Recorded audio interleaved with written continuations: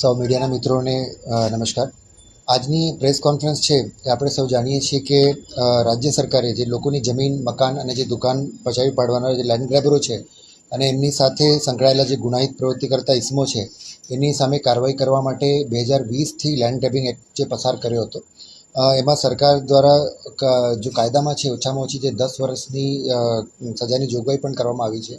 તદુપરાંત હાલ નામદાર ગુજરાત હાઈકોર્ટમાં જે દાખલ થયેલ SCA 2995 નો જે મે મહિનામાં જે ચુકાદો આવ્યો એના બાદ આ કાયદાની અસરકારતા પણ વધી છે અને એમાં અસામાજિક પ્રવૃત્તિઓ છે એના ઉપર રોક પણ લગી છે. તો સરકારના આ હેતુને સિદ્ધ કરવા માટે આપણી સુરતની ટીમે પણ શહેર જિલ્લામાં આ કાયદા હેઠળ કડક કાર્યવાહી કરી છે અને એમાં ઘણા બધા પગલાં લેવામાં આવે છે. એને અવગત કરાવવા માટે આજની પ્રેસ કોન્ફરન્સ આપણે આજે રાખી છે. છેલ્લા 3 મહિનામાં આપણે લેન્ડ ગ્રેબિંગ એક્ટની સમિતિમાં જે છે 244 અરજીઓ આપણને મળી હતી. 3 બેઠકોમાં 250ની આસપાસની અરજીઓ છે એનું આપણે નિકાલ કર્યું છે અને એમાં કાયદેસરની કાર્યવાહી કરી કમિટી દ્વારા સુરત શહેરમાં 17 અને ગ્રામ્યમાં 9 અરજીઓમાં જે ગેરકાયદેસર કબજાધારક વિરુદ્ધ FIR દાખલ કરવામાં આવી છે.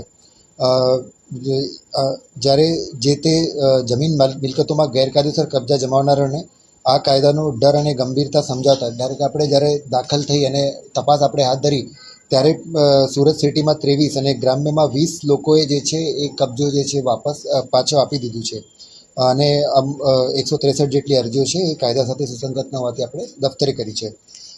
મેઇન જે વસ્તુની વાત કરીએ તો સૌથી ઇમ્પોર્ટન્ટ જે વસ્તુ છે કે આ કાયદાના ડરથી ચાલુ તપાસ દરમિયાન જે સુરત શહેરમાં 29 અને ગ્રામ્યમાં 43 એમ કુલ 72 જે ગેરકાયદેસર કબજાધારકો છે એ જમીન મિલકતના કબજાઓ છે પાછા સોંપી દીધા છે. એ મિલકતોની કિંમત આશરે 120 કરોડ જેટલી થાય છે અને જે કિસ્સાઓમાં આપણે લેન્ડ ગ્રેબિંગ હેઠળ FIR દાખલ કરી છે એ 32 કરોડ જેટલી સંપત્તિ છે એ થાય છે. એટલે 152 કરોડની આસપાસની જે મિલકતો છે આપણે લોકોને પાછા અપાવવામાં સફળ રહ્યા છીએ.